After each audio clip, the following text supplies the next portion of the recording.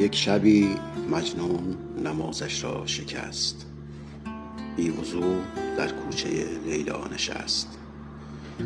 عشق آن شب مستش کرده بود، فارغ از جام الستش کرده بود. سجده‌ای زد بر لب درگاه او، پر ز لیلا شد دل پر آه او.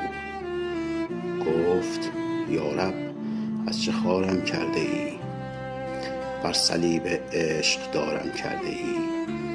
جام لیلا را به دستم داده ای، در این بازی شکستم داده ای. نشتر عشقش به جانم میزنی، دردم از لیلاست آنم میزنی. خسته‌ام زین عشق دل خونم مکن، من که مجنونم تو مجنونم نکن.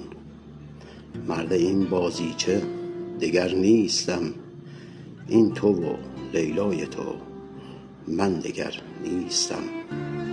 گفت ای دیوانه لیلایت منم، در رگ پنهان و پیدایت منم.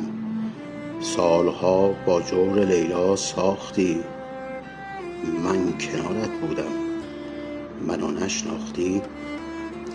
عشق لیلا بر دلت انداختم، صد قمار عشق یک جا باختم. کردمت آواره صحرا نشد، گفتم عاقل میشوی اما نشد. سوختم در حسرت یک یاربت، غیر لیلا بر نیامد از لبت. روز شب او را صدا کردی ولی، دیدم امشب با منی. گفتم بلی، مطمئن بودم به من سر میزنی. در حریم خانه‌ام در میزنی. حال این لیلا که خارت کرده بود، درس عشقش بیقرارت کرده بود.